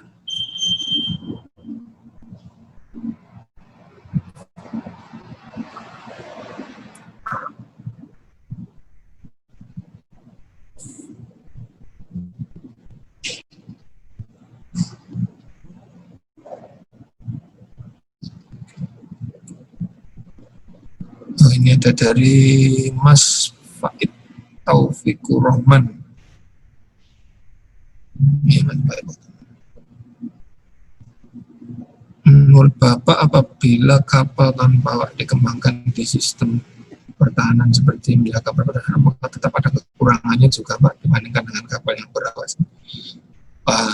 Kekurangannya pasti ada ya, namanya buatan manusia itu pasti ada kekurangannya. Gak ada yang kurang, gak ada yang gak kurang. Ya, ini ya, terutama resource. Resource itu ini ya. Kalau tanpa awak itu ada dua macam resource yang harus diperhatikan. Berbeda dengan kapal berawak ya. Kalau yang tanpa awak itu yang harus diperhatikan adalah power sama communication. Jadi kalau ada power sama komunikasinya di kapal tanpa awak yang tidak bagus, salah satu dari dua ini hilang, ya wahananya hilang. Gitu. Jadi kalau komunikasinya terhadap dari base station ke wahananya atau prototipenya itu di loss, ya kapalnya hilang. Dan kalau powernya sendiri, walaupun komunikasinya ada, tapi power dari kapal tanpa awaknya itu turun, ya otomatis wahananya juga akan hilang.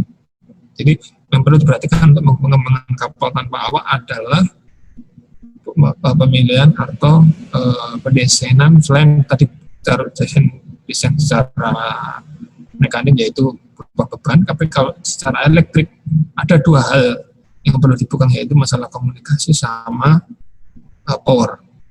Ya. Mungkin itu ya. Itu tadi sampai.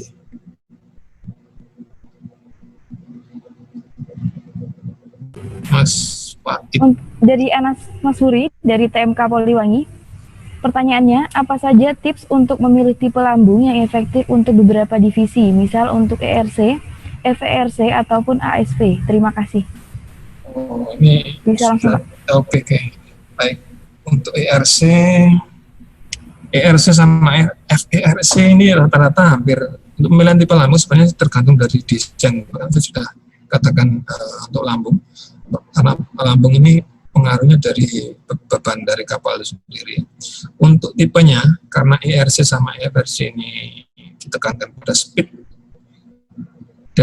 dari hasil dari pengamatan saya, memang yang tipe lambung yang one hole atau yang V itu biasanya banyak dipakai. Tapi kalau yang ASV mayoritas dia pakai yang katamaran atau trimaran, karena memang ASV sebenarnya diutamakan masalah kestabilannya ya, kestabilan dari prototip itu sendiri, makanya banyak yang pakai. Bisa juga sebenarnya sih ke ASV pakai one hole, cuman biasanya yang paling untuk mengurangi resiko karena dia bergerak secara otonom dia pakai katamaran atau trimaran. Kalau itu tergantung desainnya, makanya kembali lagi, kalau 2 poin ya untuk mendesain lambung harus tahu bobot yang akan ditanggung total ya. Bobot itu bukan hanya kapal aja, tapi termasuk komponen-komponen yang nanti dimasukkan di kapal itu dihitung dulu, kemudian baru menentukan tipe lambungnya, kemudian menentukan propeller sama ini ya, radarnya. Ini untuk sisi mekaniknya ya. Kalau elektrik ada 2 tadi yang karena untuk unmain, yaitu komunikasi sama power ya, di yang elektrik. Baik, itu aja. Ya, terima kasih atas jawabannya, Pak. Untuk teman-teman yang ingin mengajukan pertanyaan lagi, masih ada waktu 15 menit untuk sesi tanya jawab dan diskusi. Bisa langsung menuliskan pertanyaannya di kolom chat.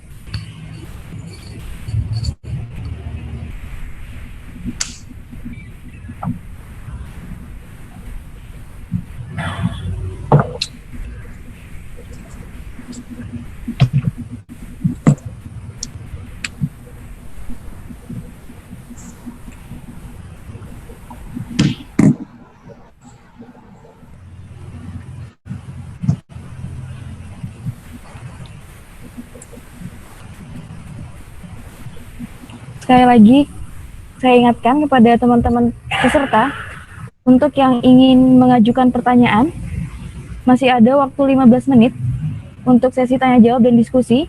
Bisa langsung menuliskan pertanyaannya di kolom chat.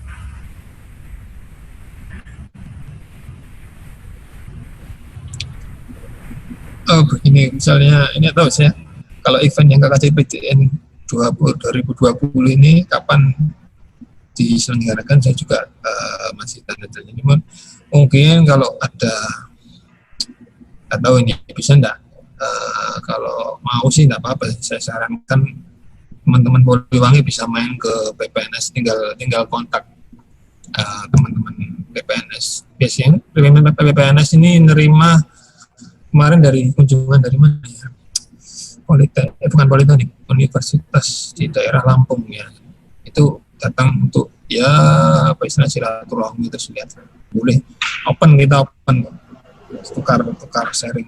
Memang dari pertama saya bentuk itu saya sarankan memang sebisa mungkin itu ilmunya bermanfaat, jadi bisa sharing ke yang lain. Kalau ada pertanyaan lagi nih? Ini ada yang akan bertanya lewat audio video, Pak. Oh, silakan. Ada Laksmana Nanda dari Teknik Manufaktur Kapal, Politeknik Negeri Banyuwangi.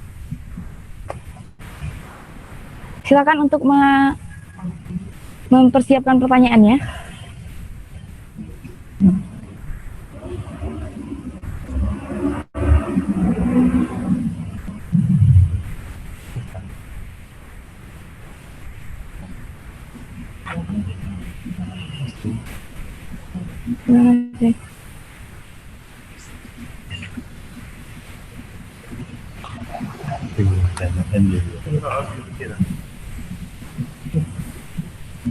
Sudah, silakan Mas Laksmana pertanyaannya.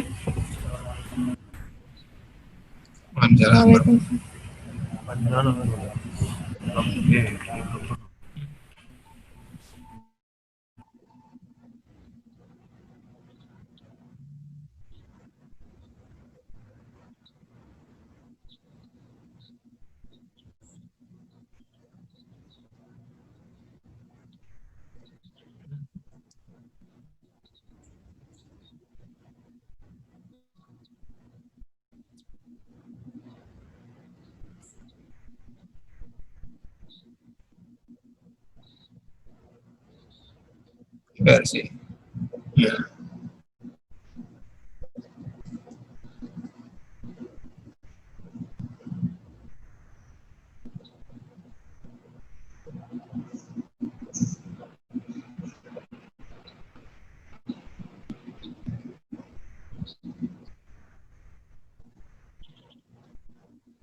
Ini yang untuk semua kategori atau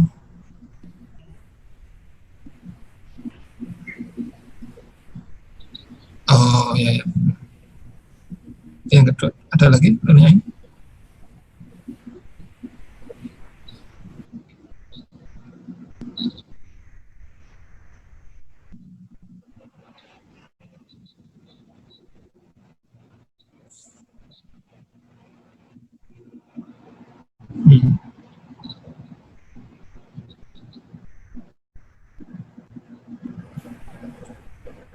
Oh ya.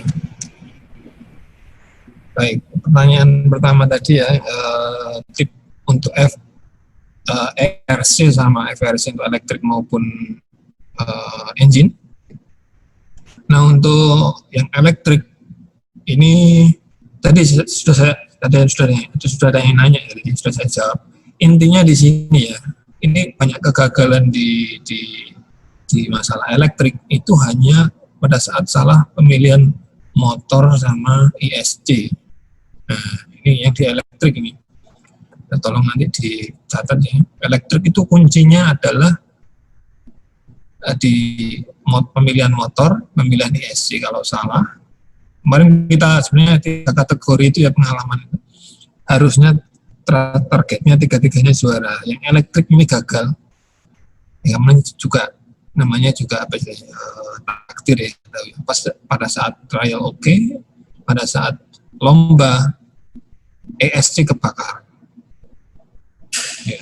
Jadi akhirnya ganti ESC, tapi bukan karena ESC yang sudah pernah dipakai, jadi dapat pinjaman, jadi performanya di bawah. Karena bukan desain dari awal, jadi jalan tetap jalan, cuman nggak bisa kencang. Nah ini yang di elektrik seperti itu. Kemudian selain di keduanya karena menggunakan remote, ini kita pakai harus memilih remote dan juga receiver yang bagus. Jadi komunikasi juga penting karena pernah ada kejadian yang di engine kalau nggak salah itu performa kapalnya bagus, tapi komunikasinya jelek, dia sering loss. Ya, padahal baterai di remote sudah penuh. Ini makanya perlu dites jangkauan jaraknya. Memang kadang-kadang kita milih di spesifikasinya itu tertera misalnya jangkauannya adalah 600 meter ya. Tapi secara real itu biasanya kalau kita tes kurang dari itu. Jadi kita harus tahu kemampuan dari jangkauan dari remote atau ring dari remote dan receiver. Ini harus dipegang dulu ya kalau kita menggunakan khususnya untuk ERC sama FRC. Kemudian untuk tips untuk engine. Nah, engine ini karena engine ini menggunakan mesin, jadi kita harus intinya problem banyak itu. Kalau engine itu banyak di ininya ya, karena menggunakan karbu ya. Ini kita harus tahu apa istilahnya kalau bahasa Jawanya itu slow-nya ya. Banyak ciri-ciri dari engine-nya itu sendiri kita. Jadi harus lama beradaptasi dengan engine-nya. Karena banyaknya kadang-kadang engine itu permasalahannya kalau tidak di perapian busi ya. Kemudian masalahnya adalah di kontrol ini radarnya. Ya, kadang-kadang kan loss, makanya tadi ya loss-nya itu bisa berupa loss komunikasi atau tuasnya itu pemasangan mekanik dari tuas dari motor servo ke radar, itu yang perlu diperhatikan karena kecepatannya ini kan menentukan sekali ya yang untuk FRS. Kemudian yang yang utama kalau di engine adalah pengapian. Bisa mungkin pilihlah businya itu harus bagus, artinya bukan harus pas ya, tipenya dari mesin yang kita pasang. Jadi jangan sampai kalau sebisa mungkin biasanya dilindungi aja dan dilindungi, tapi jangan ditutup karena memang itu pengaruh panas juga harus kalau bisa mesin itu usahakan agak gimana caranya ada sirkulasi udara biar bisa dingin gitu. Karena mayoritas problem di engine itu adalah overheat dari engine, akhirnya dia nggak outperform, jadi keluar dari performanya. Jadi bisa mungkin desainnya dari mulai sirkulasi udaranya itu sudah bisa, penempatan engine-nya juga menentukan tipenya di situ. Kalau yang elektrik tidak terlalu signifikan ya untuk penempatan ininya. Hanya mungkin permasalahan yang utama yaitu di elektriknya itu ESC sama motor, itu aja. Itu yang kedua. Ini pertanyaan apa ya? Yang kedua. Pertanyaan selanjutnya itu aplikasi desainnya, Pak. Oh ya. Sampai sekarang itu sebenarnya banyak aplikasi yang lain. Cuman di PPNS sendiri masih digunakan untuk maksud untuk mendesain. Jadi saya kira kalau aplikasi desain itu saya tidak begitu perkembangannya nggak begitu jauh. Ya, yang penting sebenarnya apapun seperti saya bilang tadi, walaupun program, apapun bahasanya itu hanya tools. Yang penting itu kreativitas kalian, ya, imajinasinya itu yang penting. Baik program itu juga harusnya ada imajinasi, desain pun ada imajinasi. Itu yang imajinasi dari mana? Itu kreativitas kita. Bagaimana mendesain? Kalau program itu juga mendesain cara-caranya gimana. Intinya seperti itu. Jadi imajinasinya, toolnya apa saja, itu yang dikasih. Nggak usah perlu yang baru nanti belajar yang baru, malah membuat waktu kita tersita. Jadi apa yang sudah ada itu kita maksimalkan. Yang penting ini ya idenya kita tuangkan aja. Kalau tahu maksud seperti ini ya kita pakai itu aja, kita maksimalkan. Itu saya kira.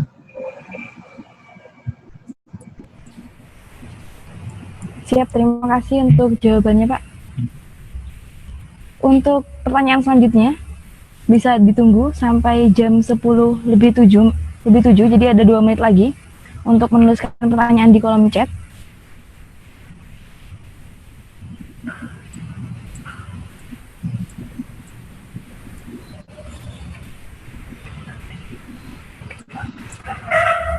Kedengar.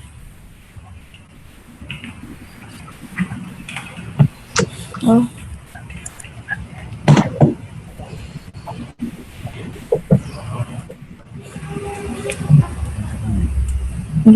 Kurang 1 menit lagi untuk teman-teman yang ingin mengajukan pertanyaan.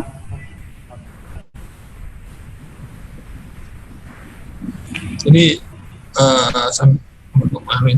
boleh kalau misalnya harapan saya sih epidemik COVID ini bisa segera hilang, jadi bisa ada silaturahmi ke Surabaya.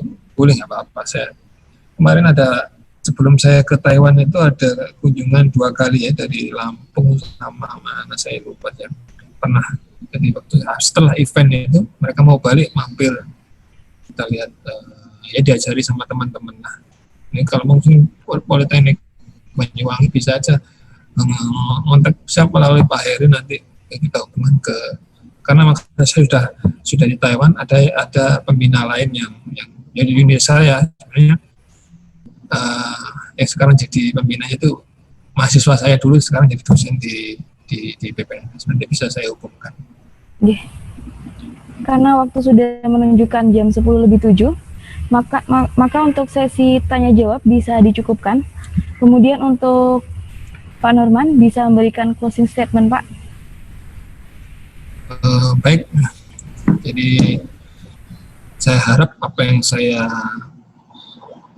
sharing di pagi ini itu bermanfaat untuk teman-teman di Poliwangi, khususnya untuk mengembangkan kapal tanpa awak yang bukan tidak mungkin ke depan hampir seluruh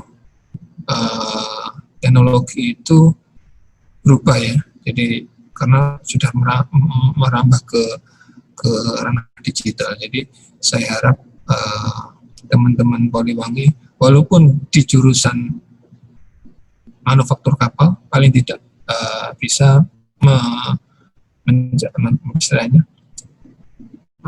mengambil ilmu dari yang di luar manufaktur, termasuk karena memang ke depan ranahnya sudah ranah digital, jadi mau tidak mau kita harus tahu jadi masalah digitalisasi semua. Bahkan sekarang ya saya baru tahu ya setelah studi di sini itu banyak jurusan lain di luar, sebenarnya base saya kan elektronik ya, di luar di manajemen pun sekarang larinya menggunakan program manajemen, kemudian finansial, itu semuanya sekarang sudah menggunakan artificial intelligence.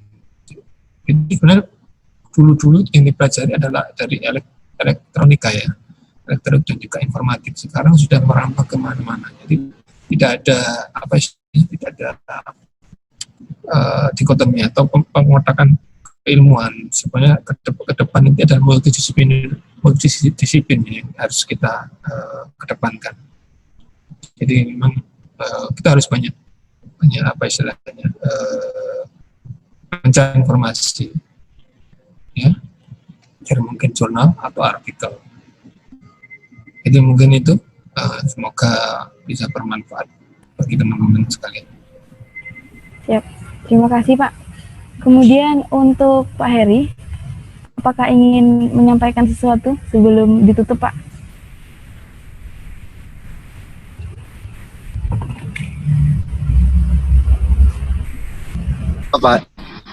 Apa pertanyaannya? Tidak ada pertanyaan, Pak. Mungkin Bapak ingin menyampaikan sesuatu sebelum diskusinya ditutup untuk hari ini. Oh ya, selamat berjuang Pak Norman. Semoga filosofi dokternya bisa lancar di Taiwan. Untuk mahasiswa Politeknik Negeri Banyuwangi yang aktif di himpunan, ada suara musik di belakang saya. Sama yang aktif di himpunan ya, sama yang sekarang sedang mendirikan Politeknik Negeri Banyuwangi Hydro Modeling Club, harus ada awalan dari sesuatu. Awalannya itu ya yang sederhana-sederhana. Karena dahulu tahun 96 itu ada si kegiatan hidromodeling dan boot building di Politeknik Negeri Banyuwangi, dan kemudian sudah berkembang di PPNS. Di PPNS sudah berkembang menjadi sedemikian jauh, butuh puluhan tahun untuk bisa seperti itu. Tapi langkah awal yang dilakukan oleh adik-adik di Politeknik Negeri Banyuwangi sudah benar, langkah-langkah sederhana, tidak langsung ke yang advance atau high teknologi. Mudah-mudahan bisa bermanfaat ilmunya dari Pak Norman. Bentar lagi saya juga menyusul. Nyusul kemana? nggak tahu ke Taiwan atau ke mana, karena pemateri yang kemarin itu juga sedang S3 juga, sedang diterima S3 di perkapalan ITS ya. Jadi daripada ditinggal lagi, mending masuk sama-sama, ditinggal lulus belakangan nggak apa-apa. Itu ya. Selamat berjuang Pak Norman, dan selamat berjuang untuk adik-adik di Pelatihan Negeri Banyuwangi. Insya Allah tanggal 1 sampai tanggal 7 KKJDPN dimulai, cuma lokasinya belum tahu. Kita sudah memulai membuat kapal yang ketiga, tapi walaupun kapal yang ketiga yang autonomous, walaupun kita belum tahu nanti kategorinya apa ya, belum tahu kategorinya seperti apa. Yang penting dipersiapkan dahulu. Yang paling penting adalah persiapannya. Kemenangan atau prestasi itu sesuatu yang didapatkan ketika melakukan persiapan dengan benar dan kemudian melakukan prosesnya. Itu Mbak Dewi sudah 2 kali jadi moderator. Terima kasih banyak. Makasih Pak Norman atas ilmunya. Saya belajar banyak tadi. Tak screenshot semua. Assalamualaikum warahmatullahi wabarakatuh. Waalaikumsalam warahmatullahi wabarakatuh. Terima kasih kepada Pak Norman untuk materinya. Semoga materi yang disampaikan hari ini dapat berguna dan bermanfaat untuk kita semua. Amin. Juga kami sampaikan terima kasih kepada peserta yang sudah mengikuti acara ini dari awal hingga akhir. Dimohon kepada peserta untuk tidak meninggalkan room terlebih dahulu, karena akan ada informasi perihal sertifikat dan lain-lain. Terima kasih saya sampaikan sekali lagi Pak. Oh iya, untuk materinya, nggih. Assalamualaikum warahmatullahi wabarakatuh. Nggih, dapat saya akhiri. Assalamualaikum warahmatullahi wabarakatuh.